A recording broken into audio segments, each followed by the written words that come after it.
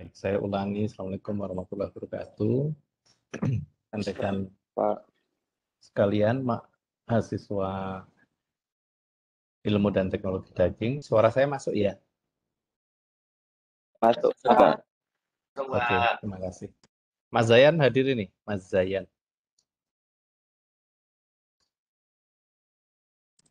Hadir, Pak. Oke, ya, makasih kemarin Mas Zayan untuk konfirmasi ke kelas yang sebelumnya. Teman-teman akhirnya berarti ikut kelasnya Pak Rosman ya kemarin ya? Iya, Pak. Ikut Ya. kelas yang baru. Oke, kemudian untuk kelas hari ini sepertinya kelas kita akan cukup enggak ya, semoga cukup. Jadi kelasnya Pak Rio Olimpia Sujarwanta akan berpindah ke kelas kita untuk hari ini saja karena kegiatan HPU atau Health Promoting Unit kebetulan fakultas baru ada kejadian ya yang kena Omikron itu beberapa ada yang dibawa ke rumah sakit, artinya yang kelasnya Pak Aryo nanti gabung ke kelas kita. Coba saya tes dulu yang di kelas Pak Aryo ada nggak yang di sini? Siapa ya? Ada, Pak. Oke, siapa ini? Erna. Erna. Oke. Terima kasih Mbak Erna sudah konfirmasi. Saya berharap beberapa rekan-rekan yang hadir bisa on cam ya. Kenapa saya minta on cam? Karena to prove that you are really do wanna be in this class. Betul-betul ingin untuk hadir di kelas ini. Meskipun kelas kita ini singkat, tapi proses kelas ini berjalan saya kira menjadi penting, termasuk komunikasi, perkenalan, dan sebagainya. Posisi siapa ini yang sudah on cam? Mbak Amanda di mana ini Mbak Amanda posisi sekarang? Di rumah atau di kos? Di kos, Pak. Oh, di kos. Jogja berarti ya? Iya, di Jogja. Oke, Mas Briantoro pasti di UGM ya? Karena belakangnya UGM. Oh, di kosan ya? Oke, yang lain coba. Masuk dari 2 kelas hanya 3 orang yang berani on cam. Mas Zayan di kos juga? Iya, Pak. Di kos juga, Pak. Oke. Saya mau tanya ini, yang kemarin hadir di kelasnya Pak Rosman, terakhir materi apa yang disampaikan? Ini sudah ada lagi tadi siapa? Rizky, Adela, lengkap banget, ada banyak banget. Hashinta Salsabila ini 2 gadget sampai.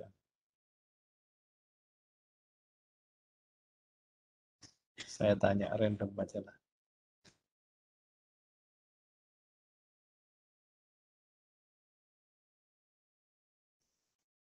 Al-Fatih Sakti Atmaza. Namanya keren banget. Posisi di mana Mas Fatih? Lagi di kos, Pak. Panggilannya Fatih apa Al itu? Bisa Fatih, bisa Al, Pak.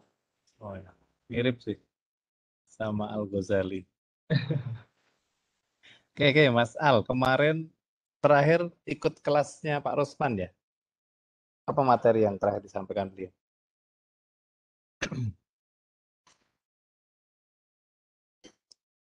Seingatnya aja. Masih mute.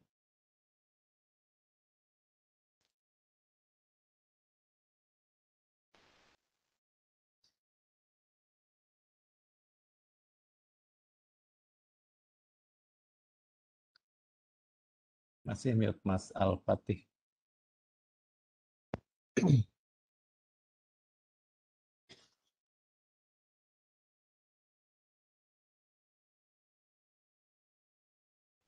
Oke, yang lain aja deh.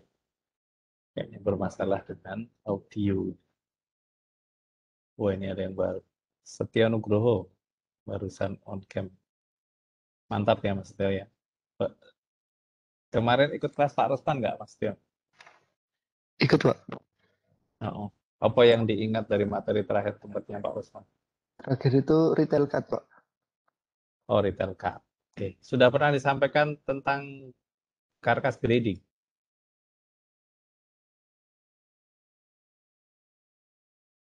Terkait grading karkas atau pembedaan karkas berdasarkan komposisi lemak dan daging? Coba Mas Brian, sudah pernah disampaikan terkait karkas grading belum? Sepertinya belum Pak kemarin Pak. Belum ya. Oke. Saya akan menyampaikan, berarti kalau belum disampaikan terkait dengan karkas grading atau pembedaan level karkas. Karkas tahu ya, karkas itu bagian tubuh ternak yang sudah dipisahkan dari apa saja, Pak. Saya pengen tes juga ini.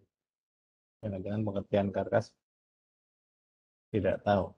Untuk sapi, coba yang ada di sini. Mas Brian, kira-kira kalau yang dimaksud karkas itu apa sih? Ini untuk yang di sapi. Ini Pak, bagian dari sapi yang sudah, tubuh sapi yang sudah dipisahkan dari kepala dan kakinya Pak. Oh ya, hanya kepala dan kaki. Apalagi? Maksudnya Kepala dan kaki, terus udah dikuliti Pak. Oke, dikuliti. Tok. Itu kategori karkas. Sama ini udah nggak ada ekornya Pak. Ekornya juga udah dipisahkan. Ekornya dipisah. Oh. Terus berarti masih ada kotorannya dong. Masih ada Oh iya, sudah intestine dan dibersihkan sebagainya. bagian dalamnya Pak. Oke, itu namanya apa? Kalau untuk part di dalam perut ternak itu apa namanya? Ada istilahnya apa itu namanya?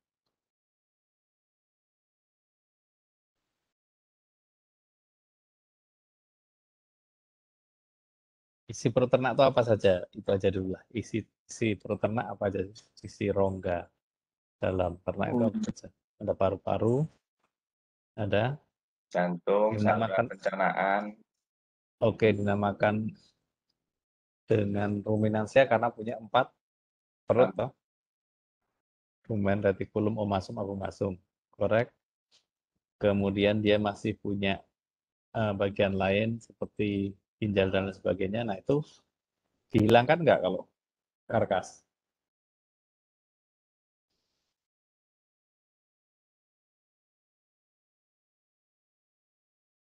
Ini karena ini basic ya. Maksudnya pertanyaan ini menjadi penting karena kalau kita jauh-jauh sampai bahas kualitas lemak, tapi teman-teman belum paham karkas itu apa, ya percuma.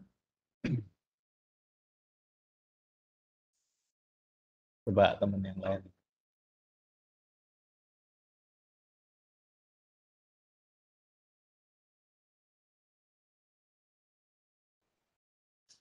Mas Setio, apa saja yang dimaksud karkas untuk sapi? Seperti yang udah disampaikan tadi oleh Bianca, Pak. Bagian tubuh ternak yang udah dipotong, terus udah dikuliti, dipisahkan kepala, kaki, dan ekor, serta dibersihkan jeroannya, Pak. Oke, jeroan atau juga oval. Nah, untuk setiap karkas antara baik di unggas atau ruminansia itu berbeda. Termasuk kalau di ayam itu beberapa bagian tidak dikategorikan oval, misalkan bagian yang menempel seperti kalau di ayam ginjal ya. Nah, kulit pun tidak dikuliti ya kalau ayam. Yang dikuliti ya hanya sapi, kemudian kambing. Babi dikuliti nggak kira-kira? Ya, tanya Mas Setio aja. Dikuliti nggak kalau babi itu Mas Setio? Krusial ini. Tahu saya bukan dikuliti tapi kayak dihilangkan bulunya itu, Pak. Oke, Apa hanya namanya, dihilangkan lupa. saja ya. Ya, digunakan air panas bisa atau dengan burning.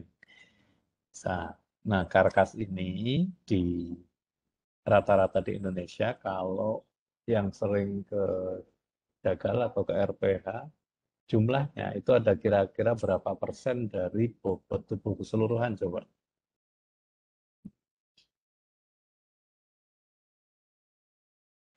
Saya pengen tanya yang tidak on cam. nanti tidak dikira hanya yang on cam yang ditanya.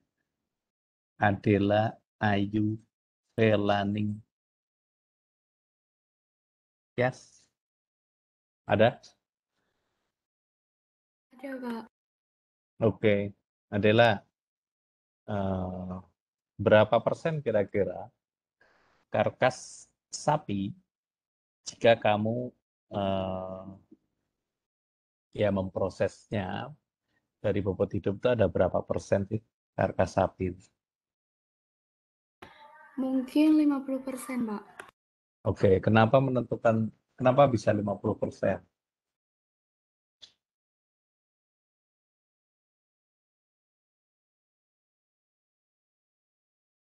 Halo. Dari mana dapat angka 50%?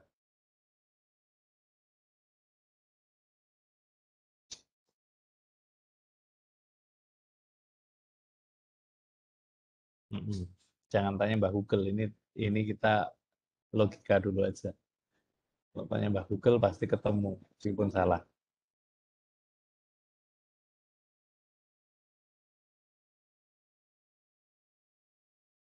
Jadi 50% itu setiap karkas berbeda ya. Pria lapangan itu kalau saya mengukur di Jagal, jadi saya hampir berapa ya? 1 tahun ikut di Jagal itu untuk pemotongan hewan. Terutama sapi ya. Kita bicara sapi itu tidak exactly 50%. Jadi tergantung jenis hewannya. Dari bos mana dulu, misalkan bos Indicus atau bos apa? Bos Taurus. Apa ini? Bos Indicus, bos Taurus, Adela tahu nggak ya? Bos Indicus apa Adela?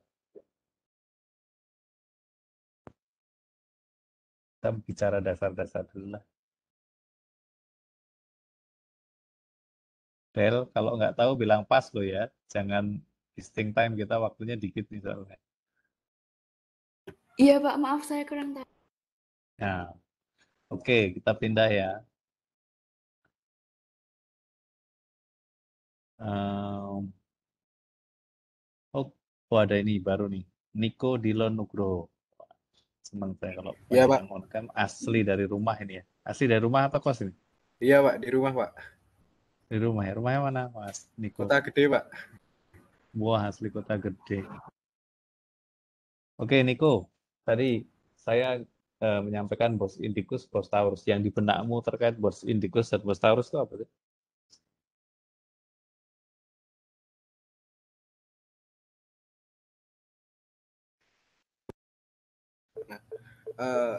Bos Taurus tuh setahu saya sapi bangsa Eropa, Pak. Sama kalau Oke. bos Indicus tuh sapi bangsa India, Pak. Oke, kira-kira dari kedua jenis bangsa Eropa dan India itu ada nggak perbedaan karkas di sana? Lebih besar mana karkas yang ada dari sisi persentase? Nah, ini harus mikir nih, karena persentase kan besar belum tentu persentasenya juga besar. Gimana? Saya pengen logika dasarnya dulu. Sapi Eropa itu kalau kamu potong, kamu keluarkan isi perut, kamu potong kakinya dan lain sebagainya, masih kira-kira 50% nggak itu, atau perbandingan dengan bos Indicus lebih tinggi mana itu? Kalau Logika aja. menurut saya lebih besaran bos Taurus ya, Pak, daripada bos Indicus, Pak. Oke, Kalau kenapa? dilihat dari persentase bobotnya, biasanya bos Taurus lebih besar daripada bos Indicus, Pak. Oke, berarti kalau kamu mengatakan itu ada bagian-bagian yang lebih besar bagiannya atau lebih berat karkasnya daripada bos Indicus toh. Berarti kayak gitu kan melogikanya. Bagian mana nih yang lebih berat dari bos Indicus? Lebih berat bos Taurus, Pak. Tadi saya nyebutnya Bos bos. Taurus. Nah, kalau Oke. bagiannya saya belum paham sih, Pak. Soalnya saya cuma lihat dari proporsi berat badannya aja, Pak. Saya pengandainya seperti itu, Pak. Oke. Ya, jadi yang disampaikan Mas Riko benar ya. Bos Taurus persentasenya lebih tinggi. Jadi kenapa pilihan orang-orang penggemukan yang melakukan feedlot? Teman-teman ada yang bisnis feedlot nggak ini? Itu kenapa memilih Bos Taurus? Karena Bos Taurus ini pertama dari sisi pertumbuhannya lebih cepat. Kemudian konversi FCR-nya atau Feed Conversion Ratio-nya juga lebih baik, lebih tinggi. Kalau Bos Indicus atau rata-rata kalau di tempat kita kan bandingkannya paling enak adalah sapi peranaan ongol dengan sapi peranaan metal. Si metal itu tapi tempat kita kan sudah simpo, simental peranaan ongol. Dengan limpo, limosin peranaan ongol itu persentase karkasnya lebih berat yang dari Bos Taurus ini.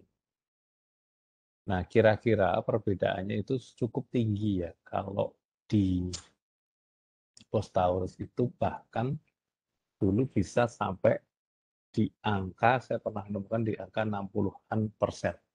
10% perbedaan karkas kan kalau dikalikan harga daging saja, itu misalkan kita pukul 120.000, ya dari misalkan 10%-nya, ya katakanlah dapat 10 kilo aja deh. Berarti kan sudah berapa itu? 1.120.000. Bener nggak? Jadi 1.200.000 ya perbedaan. Nah, jadi itu kenapa rata-rata para operator atau peternak itu lebih memilih sapi simpo atau limpo pada prakteknya. Karena nanti akan dihitung dengan pemberian pakannya. Rata-rata pemberian pakan untuk sapi yang simental atau limosin tadi, misalkan, diberi tambahan kalau di lapangan itu umumnya dengan menggunakan dedak, ketela, kemudian kleci. Ada yang tahu kleci itu dari bungkus kedelai atau dia byproduct kedelai. Kemudian garam, biasanya garam itu tambahkan dia bisa 1/4 kiloan. Kemudian nanti masih ditambah dengan polar. Polar ini yang mahal, biasanya dulu per kilo berapa ya? 4.000-an apa ya. Nah, keseluruhan pakan ini nanti akan di peternak kita ya, yang tradisional itu dikombor atau dicampur dengan air. Ada yang dengan digodok dulu sampai dia bercampur baru diberikan ke ternak, atau benar-benar kering. Nah, di lapangan penambahan bobot badan sapi Bos Taurus ini bisa per hari itu sampai dengan 0,5 kilo atau lebih. Nah, bayangkan kalau misalkan 0,5 kilo daging, itu kan berarti 60.000. Rata-rata campuran pakan yang saya tadi berikan itu, kalau di total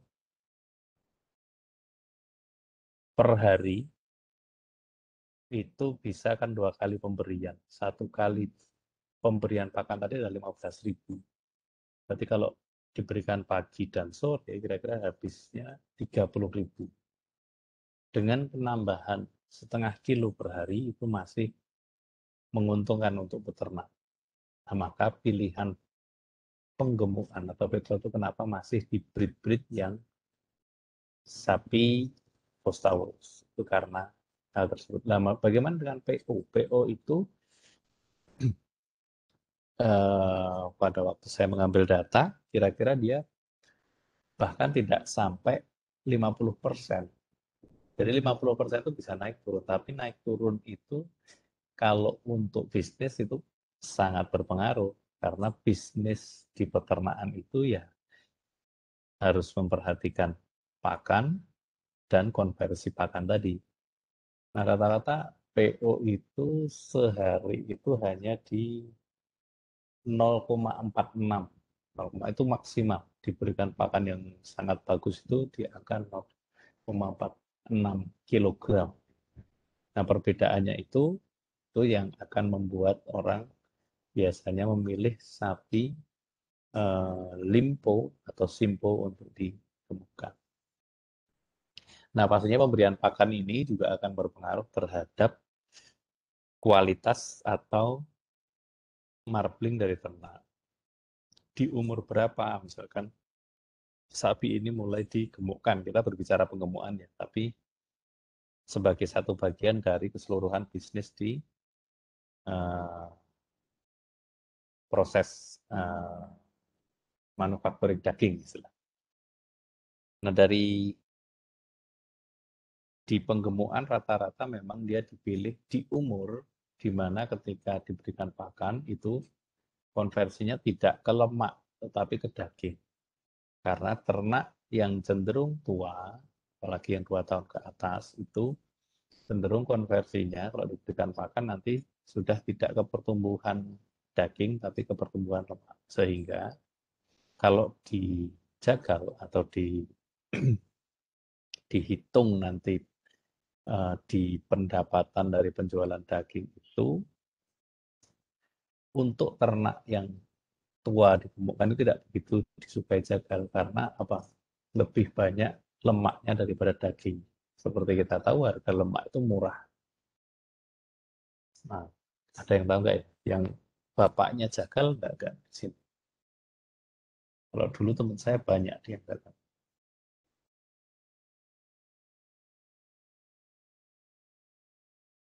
Kira-kira perbandingan harga daging dan lemak berapa, saya ingin tanya. Kira-kira aja. Salah. Anom Rizky A. Ada nggak ini Anom? Ada, Pak. Ada. Oke, Mas Ya, Anom, ada. kira-kira nih, kamu pernah belanja daging belum ya? 1 Belum, kilogram daging sapi berapa, Mas Anom? Kira-kira aja. Apa biasanya ibu-ibu? 130 ke atas, Pak. 130 ya. Ya, itu berarti yang prime, yang bagian lembusir mungkin. Oke, kalau bandingkan dengan harga lemak, pernah nggak tanya harga lemak sapi itu berapa? Beli hanya lemak tok. Oh, belum pernah, Pak, belum pernah. Belum pernah ya. Nah, rata-rata lemak itu bahkan tidak laku di pasaran, dia di harga dulu ya, ini dulu. Itu bahkan di angka 10 kilo, 10.000 per kilo maksud saya. Artinya lemak ini bandingkan kalau kita salah menggemukkan dari sisi umur, itu produksi lemaknya lebih tinggi, harganya rendah. Kalau perbandingannya misalkan 1 kilogram daging 120, kemudian lemak hanya 10.000 kan jauh sekali. Dalam tanda kutip pasti rugi. Kalau hanya menggemukkan satu mungkin nggak akan terasa, tapi kalau skala industri kalian punya 1.000 misalnya. Nah, perbedaan di konversi ini saja sudah akan bisa buat bangkrut atau merugikan perusahaan. Nah, di Amerika, ya negara-negara maju itu mereka sudah mengkategorikan kualitas karkas ini dengan menggunakan parameter-parameter tertentu. Sebagai contoh, misalkan untuk sapi itu hanya diambil bagian REA atau rib area. Rib itu adalah iga, I itu mata, kita tahu area ya area. Berarti kalau di bagian rusuk sampai dengan tulang belakang itu matanya di mana? Pasti ada di bagian lemusir kalau bahasa Jawa, atau kalau di Indonesia kan biasanya loin.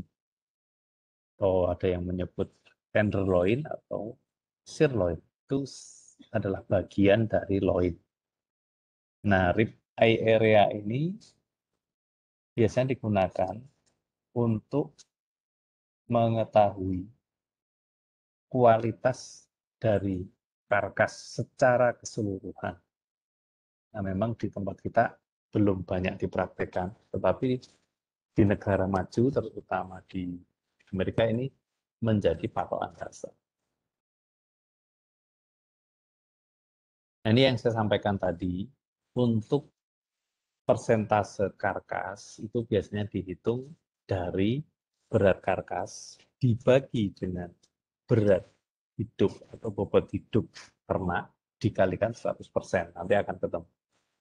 Nah, nanti kalau teman-teman tertarik penelitian terkait karkas, bisa ke RPH untuk menyelidiki persentase, misalkan benar nggak yang diobrolkan Pak Endi tadi. Bandingkan aja PO dengan simpo atau limpo. Nah, nanti akan ketemu perbedaannya sampai berapa persen. Nah, persentase ini digunakan sebagai cara cepat untuk mengestimasi produksi daging. Jadi kalau kalian pengen mengestimasi dari satu industri besar, misalkan yang kapasitasnya 23.000, kemudian kalian akan hitung satu-satu kan kesusahan. Jadi patokannya bisa menggunakan dressing percentage atau persentase dari karkas ini. Itu bisa. Nah, ini rata-rata dressing percentage untuk sapi adalah 50%. Itu masih tergantung dari tadi yang saya sampaikan. Tipenya apa dulu. Kemudian breeds-nya jenisnya apa dulu. PO kah, simpo kah, atau limpo kah. Kemudian seks itu adalah jenis kelamin. Antara yang betina dan yang jantan pasti berbeda. Kenapa harga sapi jantan lebih mahal dari sapi betina pada waktu digemukkan? Digemukkan ya, bukan untuk breeding. Karena jantan cenderung untuk memproduksi otot atau muskular atau muscle karena kandungan hormon testosteron dan lain sebagainya. Nah, pilihannya makanya lebih ke jantan sehingga konversi pakan lebih ke daging daripada ke loks. Umur saya sampaikan tadi, pilihan penggemukan itu harus menyesuaikan dengan umur yang tepat. Nah, di sapi itu ada grafiknya di mana dia akan memproduksi daging, kemudian sesudah itu turun digantikan dengan pertumbuhan lemak. Nah, untuk betina biasanya pertumbuhan lemak abdominal atau lemak perut itu akan lebih cepat apabila ternak betina sudah pernah melahirkan. Sehingga secara umur dan juga hormonal dia akan berubah, kemudian konversinya lebih ke lemak. Makanya itu tadi salah satu pilihannya, pilih daging atau lemak. Karena dari sisi harga kan jauh sekali, makanya dressing percentage of karkas atau persentase karkas ini juga ditentukan dari jenis kelamin, kemudian umur, dan juga bobot hidup. Nah, yang mempengaruhi dari kualitas daging itu ada banyak. Dari faktor sebelum penyembelihan saja. Genetics berpengaruh, spesiesnya berpengaruh, breed atau jenisnya berpengaruh, tipe dari ternaknya berpengaruh, jenis kelamin, umur, kemudian pakan. Nah, ini termasuk aditif yang diberikan itu akan berpengaruh. Karena seperti kita tahu, rumus dari fenotip itu adalah kombinasi dari internal faktor dan eksternal faktor, atau dari genetik multiply dengan environment. Nah, jadi fit ini bisa dikategorikan sebagai environment karena tidak berasal dari genetik atau dari dalam ternak sendiri, sehingga pemberiannya akan berpengaruh terhadap kualitas daging. Pemberian tadi yang saya sampaikan, kombinasi dedak, kemudian ketela, kemudian aditif, kemudian ada apa tadi, letji brand, dibandingkan yang hanya diberikan misalkan pakan jerami, tentu akan sangat berbeda. Sangat berbeda. Makanya kecenderungan kita di Indonesia ini sebenarnya harusnya kita tidak perlu pusing ya, karena pakan kan memang terbatas, pakan utama. Kalau kita melihat pakan utama itu kan misalkan apa, jagung, kemudian Penicillium purpureum, ya rumput raja dan sebagainya itu kan terbatas. Tetapi by product dari makanan ternak itu kan ada banyak. Ada ampas pir, ampas ketela, ada apa lagi? Ampas kelapa pun juga ada. Artinya kalau ini bisa di mix, kemudian ini kita berikan ke ternak dengan komposisi protein kering dan lain sebagainya yang bisa kita hitung, itu sebenarnya akan meminimalisir biaya pada waktu pemberian pakan untuk produksi. Kemudian yang kedua, post slaughter factors atau faktor-faktor sesudah ya harusnya penyembelihan. Tapi yang tertulis di sini yang dibedakan memang hanya pre dan post, artinya tidak ada middle. Sehingga kayak misalkan electrical stimulation ini masuk di post slaughtering factor atau faktor sesudah penyembelihan atau pada waktu penyembelihan, pada waktu dan sesudah disembelih. Apa saja di sana? Metode aging ini menjadi menarik karena beberapa bimbingan saya itu ada yang meneliti aging method ini. Salah satunya kemarin ada yang menambahkan air kelapa pada metode marinasi stik sapi. Meskipun baru pre-lab, tetapi kita merancang bagaimana sih bisa memproduksi daging yang empuk untuk dimasak. Nah, aging ini kan metode pemasakan. Age berasal dari kata umur, pematangan, pemasakan dari daging. Daging itu kalau dibiarkan sehari untuk sapi sebagai contoh, itu akan menjadi lebih empuk. Makanya teman-teman kalau itu lada itu jangan langsung habis dipotong dapat otot ya, kalau saya mengistilahkan belum sempurna jadi daging sudah dimasak, itu akan alot atau teksturnya sangat liat dan bahkan rasa dagingnya belum muncul. Maka proses aging ini dibutuhkan. Kalau teman-teman nggak percaya, boleh aja beli daging sapi setengah kilo lah atau 1/4 kilo, teman-teman masukkan di kulkas suhu 5 derajat. Kalian tungguin sehari. Kalian bandingkan dengan tangan aja sebelum dan sesudah 1 hari itu. Nanti akan sangat berbeda teksturnya, sehingga memasak steak yang benar itu juga harus memperhatikan faktor aging ini. Jadi saran saya kalau teman-teman sehabis itu lada, kalau yang teman-teman nggak suka beli daging ya, nah saya nggak tahu ya kos-kosan ini suka beli daging atau sari nih. Nah kalau suka beli daging, di aging dulu, maka itu akan menjadi lebih empuk. Nah di proses aging ini kan ada proses penurunan pH. pH akan menurun sampai dengan titik tertentu, dinamakan dengan pH ultimate. pH ultimate daging itu kira-kira ya di angka 4,6. Sudah itu dia akan menjadi empuk. Nah itu baru kita mengkategorikan sebagai daging. Karena secara sensori, baunya juga daging, rasanya juga daging. Tapi kalau yang habis disembelih langsung dimakan, itu rasanya otot, pasti dihambar. Nah kemudian electrical stimulation, penggunaan listrik kejut, itu juga berpengaruh. Kalau terlalu tinggi, sebagai contoh untuk di ayam itu misalkan pakai 50 Hz, 150 dan 200 itu berbeda. Cenderung kalau yang pakai tegangan tinggi sampai dengan 200 itu biasanya ayamnya mati ya, tidak hanya pingsan dan memiliki efek pada tekstur dari daging. Metode memasak ini juga penting, makanya salah satu bimbingan saya itu saya sarankan kalau kamu belajar steak, mau meneliti terkait steak sapi, yang kamu harus perhatikan adalah metode memasaknya.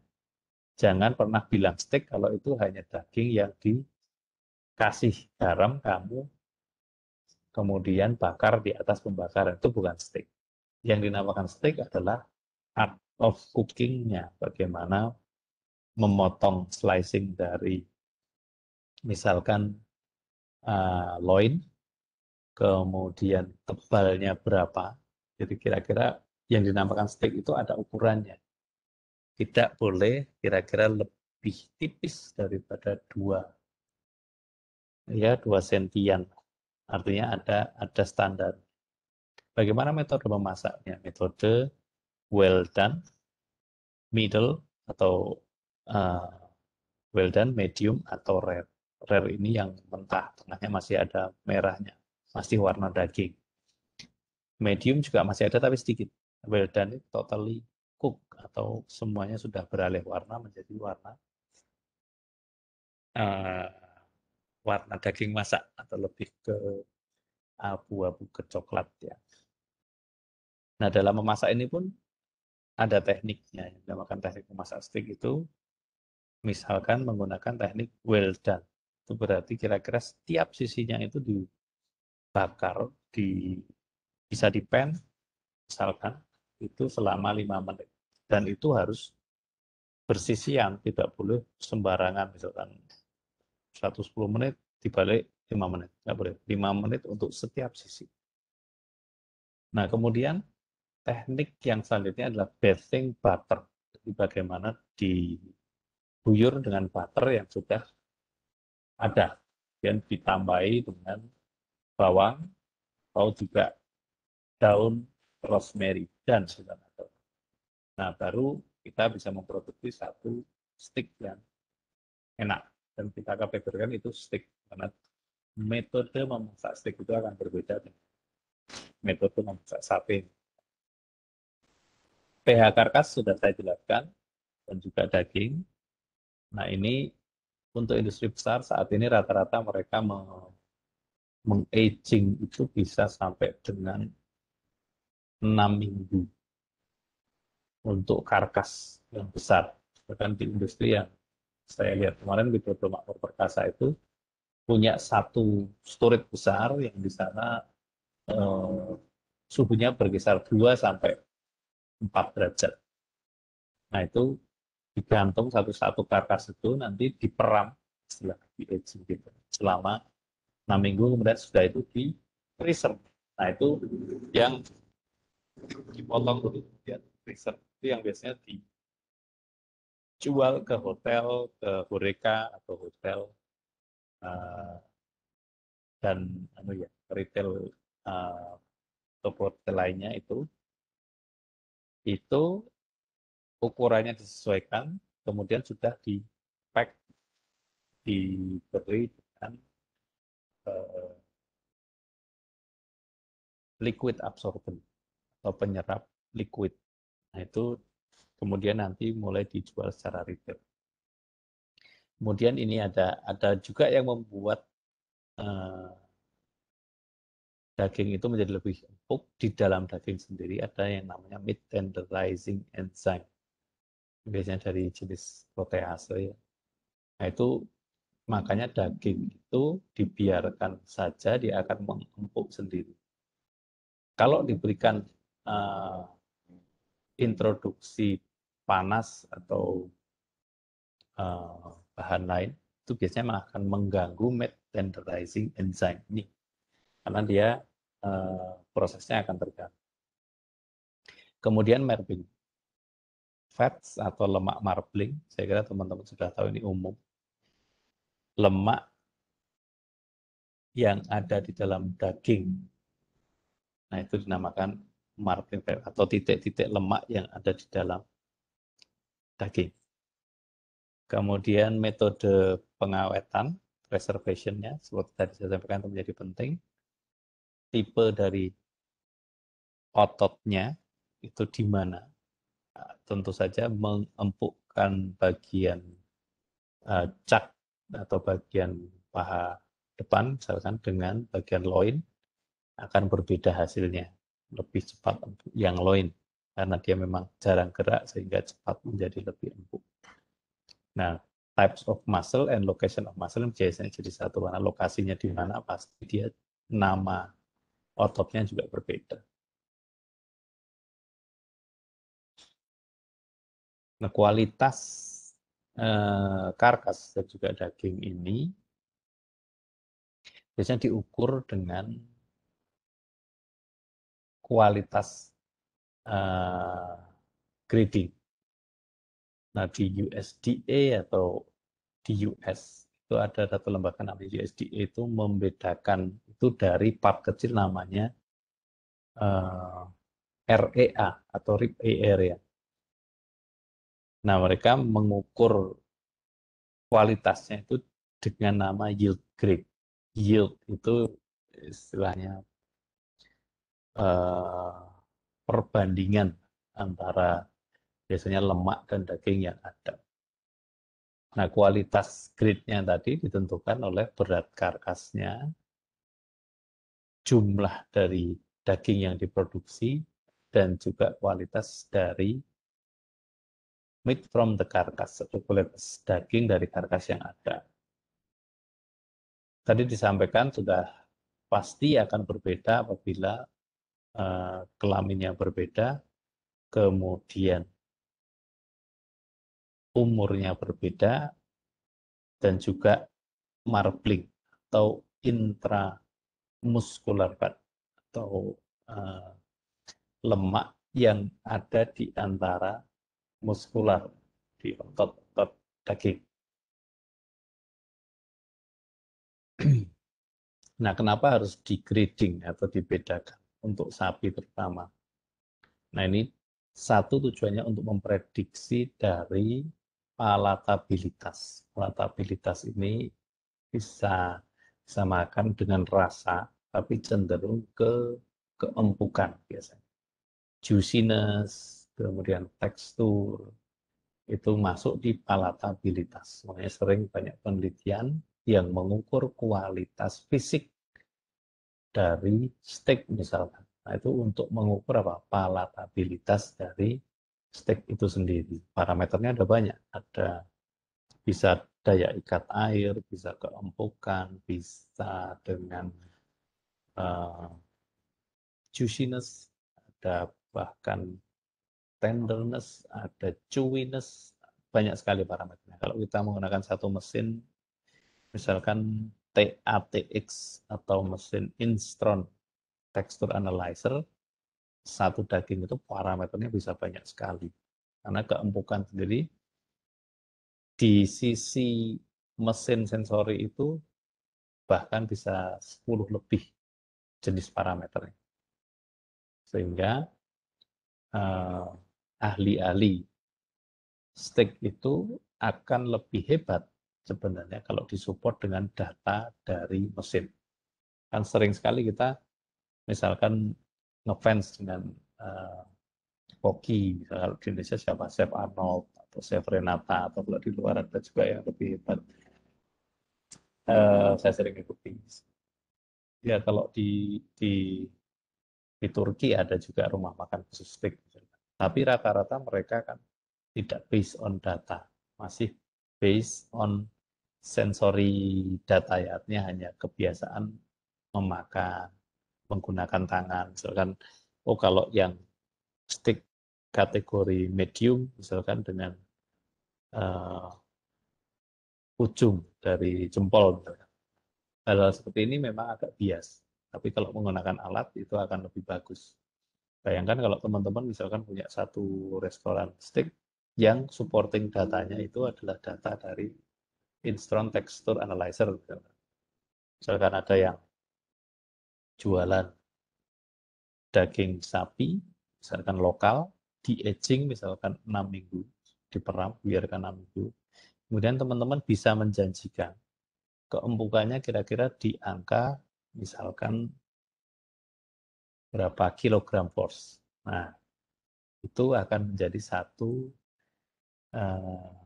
unique selling proposition atau USP yang berbeda dengan restoran yang lain. Karena ada satu contoh di Korea dulu, pada waktu pedas Indonesia itu laris ya, kan di Indonesia sering ada jualan apa itu dulu, keripik kentang pedas. Level 1 sampai 10 misalkan, artinya kalau 10 itu pedas sekali. Tapi itu tidak ada datanya. Nah kalau di Korea itu beda, saya pernah lihat ada yang jualan produk pedas itu sudah dengan data. Misalkan 1 sampai 10 itu 1 itu berapa IU untuk ukuran pedasnya. Misalkan 100 IU, 200 IU, 300 IU. Jadi mereka tidak akan rasanya, tidak berubah itu. Nah ini yang mahal. Kemudian menggrading dari karkas sapi ini adalah untuk menentukan deposit dari intramuskular fat atau menentukan marblingnya itu di kategori berapa. Nah ini hanya kualitas grading yang ada. Ini di USDA atau di US biasanya dibedakan beberapa ya. Memang ini setiap negara berbeda. Makanya nanti jangan salah memahami dengan PPT yang ada bingung. Ini kok saya nggak ketemu ya di Indonesia ada prime choice select, apalagi di Indonesia. Di beda negara saja beda. US dengan Australia saja beda. Tapi kita cari yang umum. Nah yang umum itu menggunakan kategori prime, itu yang paling bagus, kemudian diikuti choice, selected, standard, kemudian commercial, utility, cutter, and kernel. Namanya banyak sekali. Iya, namanya banyak sekali. Karena kalau di sana itu setiap grade ini itu punya industri masing-masing. Misalkan prime, ini untuk restoran yang mahal, yang orang benar-benar hargai palatabilitas dari makanan seperti steak misalkan. Berbeda dengan yang komersial. Komersial ini yang umum digunakan untuk masak di rumah. Apalagi yang kernel. Dari namanya saja kernel, dari kata ken atau kaleng. Jenis grade ini pasti digunakan hanya untuk makanan kaleng. Ada yang tahu ya, makanan kaleng itu pasti menggunakan sterilisasi di atas 120 derajat. Jadi sebagus apapun daging, kalau di kaleng pasti empuk. Kalau sejelek apapun daging di kaleng pasti empuk karena sudah tekanannya tinggi 1-2 bar pada temperatur yang tinggi, maka daging itu akan pasti empuk. Makanya canner ini biasanya hanya bagian-bagian turahan dari cak, dari bagian paha belakang, dan juga tetelan-tetelan itu masuk di canner.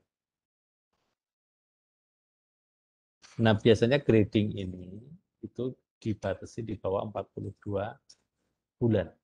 Atau sekitar berapa ya? Ya paling tidak sampai 4 tahun, ini di kisaran 3 tahun ke bawah. Makanya kalau sapi sudah tua itu jangan untuk steak lah.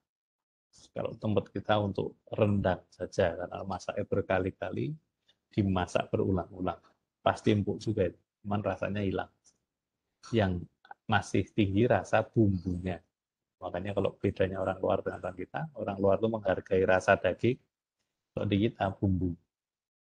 Dagingnya kadang malah hilang. Nah ini gambar marbling dari moderately abundant sampai dengan yang slight. Berurutan ya. Dari yang sangat abundant atau melimpah intramuskular fatnya, slightly abundant, sedikit berlimpah, moderate atau moderat, modest itu ya sedang, kemudian small itu hanya sedikit, slight itu benar-benar hanya tipis sekali, hanya beberapa titik saja. Nah, faktornya sama seperti saya sampaikan di depan tadi, ada maturity, class, firmness yang berbeda ini karena terkait dengan keempukan. Tekstur, firmness itu saya kira di alat diukur dengan alat yang sama. Instron misalkan itu akan keluar datanya masing-masing yang saya sampaikan tadi. Jumlah distribusi marbling, apakah menyebar sempurna atau enggak, kelamin, konformasi karkas, dan juga analisis. Nah ini yang saya sampaikan tadi. Saya kira di bawah ini penjelasan saja. Prime, choice, select, standard, commercial, utility, cutter, kernel. Ini kalau diperhatikan tidak banyak berbeda, kecuali bagian-bagian tertentu, misalkan dari sisi warna, lemaknya, kemudian teksturnya. Nah, itu saja. Jadi mirip, hanya bedanya tadi sudah saya sampaikan di mana saja. Nah, ini saya kira definisi saja. Hot karkas, biasanya ada yang menyebut hot karkas, karkas panas, karkas hangat. Itu maksudnya adalah karkas sebelum di-aging, sebelum dibiarkan tadi diperam atau dituakan atau dimatangkan. Yang sudah dihilangkan apa? Kulit, kepala, kaki, dan oval. Dressing percentage saya kira sudah saya sampaikan tadi, rumus awalnya. Di karkas dibagi dengan berat kosong dari bobot ternak hidup, kemudian dikalikan 100%. Oke, sampai sini ada pertanyaan?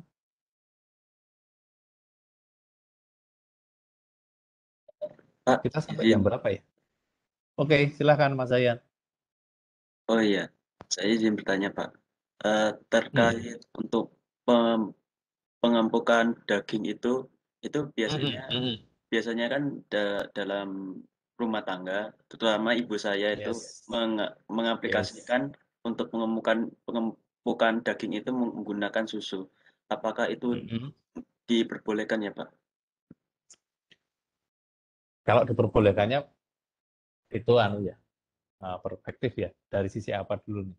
Dari sisi agama, dari sisi penelitian, atau dari sisi fungsi? Agama, kalau Israel nggak boleh tuh.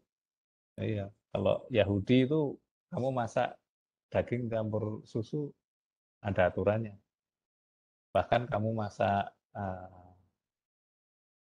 daging dengan hewan laut tuh nggak boleh. Di sana bahkan kamu, orang Iran apalagi punya aturan sendiri. Mereka nggak makan gurita bahkan. Saya punya teman Iran tuh, mereka lebih haram makan gurita daripada babi dulu pas ngobrol dengan saya. Khusus teman saya itu, saya nggak tahu isu Iran secara keseluruhannya. Nah, dari sisi itu mungkin masing-masing. Kalau dari sisi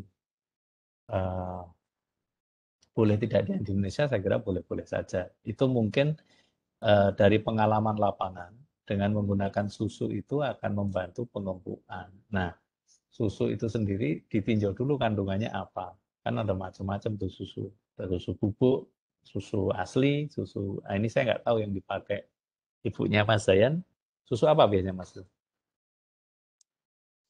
Biasanya itu susu cair Pak, biasanya. Susu cair, susu murni ya berarti ya? Iya, susu Atau murni. susu murni ya, karena sekarang ini saya agak bingung nih, susu itu macam-macam. Untuk bayi saja ada yang bilang, pengertian susu itu kan saat ini sudah mulai bias ya. Ada yang makanan cair itu orang mengistilahkan susu juga. Nah, kalau di susu, kemungkinan ada zat-zat zat pengempuk, misalkan saya kurang tahu ya, tapi misalkan triptofan mungkin atau yang lain. Nah, itu perlu diteliti karena saya juga tidak tahu persis apa bahan dasar yang ada di sana. Kalau menggunakan nanas atau pepaya, jelas ada enzim papain di pepaya. Jadi kalau kenapa ibu-ibu sebelum dimasak dibungkus pakai daun pepaya, karena getahnya itu ada enzim papainnya yang mengempukkan daging. Itu clear, termasuk enzim bromelin di nanas. Kalau kalian campur nanas muda tuh ke masakan, itu pasti empuk. Tapi kalau kelamaan, misalkan di atas 5 menit, 10 menit, malah jadi bubur nanti masakan. Maka mohon maaf nih, orang menguburkan kandungan, kenapa nanas muda itu? Ya karena itu, dia punya enzim bromelin yang sifatnya meluruhkan, itu tadi, mengempukkan atau meluruhkan muskular, itu bisa. Nah, beberapa penelitian di lab memang dicoba hal-hal seperti itu. Nah, saya menyarankan kalau seperti ini diuji saja dulu. Maksudnya kita uji coba di lab jadi bahan skripsi, misalkan penggunaan persentase susu kambing, misalkan susu sapi terhadap keempukan daging. Kan bisa level 5, 10, 15, nanti kita lihat, kita amati apa yang ada di sana yang bisa mengempukkan. Kalau benar salahnya, pastinya kalau itu pengalaman di lapangan bertahun-tahun dan sukses mengempukkan daging, berarti ya bisa jadi punya efek mengempukkan. Tapi selama ini yang sering digunakan biasanya adalah enzim-enzim papain, bromelin, kemudian kan sudah banyak dijual bentuk serbuk ya. Itu sudah banyak digunakan. Meskipun penggunaannya harus juga hati-hati, karena kalau menggunakan bahan tambahan yang dari alami biasanya sensorinya akan ikut, bau, kemudian rasanya. Contoh misalkan yang digunakan nanas, prakteknya orang gunakan nanas itu dagingnya ya jadi kecut, jadi agak ada rasa nanasnya. Nah itu orang nggak suka. Makanya orang luar sukanya aging, karena aging itu enzim alami dari daging itu sendiri yang akan mengempukkan daging tadi. Makanya saran saya kalau tidak tergesa-gesa nih, kalian coba deh beli daging, punya kulkas, kasih kulkas paling bawah sehari aja. Itu nggak perlu susu, nggak perlu bromelin, nggak perlu, itu sudah akan empuk. Gitu. Mohon maaf Mas Zain, sudah menjawab belum ya? Mungkin belum ya, tapi nanti bisa dicoba itu. Karena tugas kita bisa meneliti terkait itu. Nanti Mas Zain bisa penelitian. Halo, Mas Zain. Iya, Pak. Oke, makasih ya. Mohon maaf kalau belum sangat detail. Silakan kalau ada yang lain, kita diskusi saja lah. Namanya kelas itu akan lebih menarik kayak ini, ngobrol dosen mahasiswa, kemudian kita ada ide-ide atau ada hal yang perlu ditanyakan, bisa kita cari jawaban. Ada yang lain? Mungkin penasaran di lapangan, ada yang pengen buka warung steak misalkan, silahkan. Bisa kita diskusikan di sini.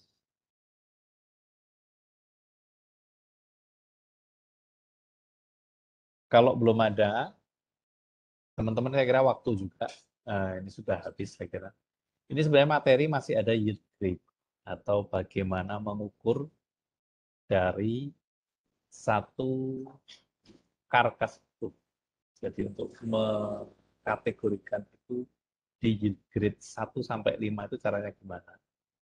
Nanti ada faktor-faktor yang harus diamati, termasuk rib area, ketebalan lemak, KPH itu berat dari kidney pelvic heart, kemudian IMF, intramuscular fat, menggunakan satu lembar rib eye measurement seperti ini. Kemudian di titik-titik, memang ini harus praktek lebih bagus ya. Tapi nanti saya sisipkan video cara mengukurnya supaya teman-teman juga belajar mengukur seperti ini. Nah, di akhir nanti teman-teman akan mendapatkan kalkulasi berapa yield grade dari sapi ataupun domba yang ada. Scoringnya biasanya antara 1 sampai dengan 5. Termasuk ada cara, contohnya di sini. Kemudian cara praktis mengkalkulasinya. Yield grade 1, contoh soalnya juga ada jawabannya. Di sini sekalian sampai dengan yield grade 5. Dan nanti silahkan untuk dipelajari, dilihat. Kalau ada yang bingung nanti bisa ditanyakan. Oke, saya kira itu dulu teman-teman, karena waktunya juga sudah habis. Ini tadi di kelasnya Pak Riu sudah izin untuk ikut kelas kita juga. Kemudian saya mohon maaf karena masih ada acara yang selanjutnya. Oke, saya tutup kuliah pada hari ini. Terima kasih atas kehadirannya. Assalamualaikum warahmatullahi wabarakatuh. Waalaikumsalam.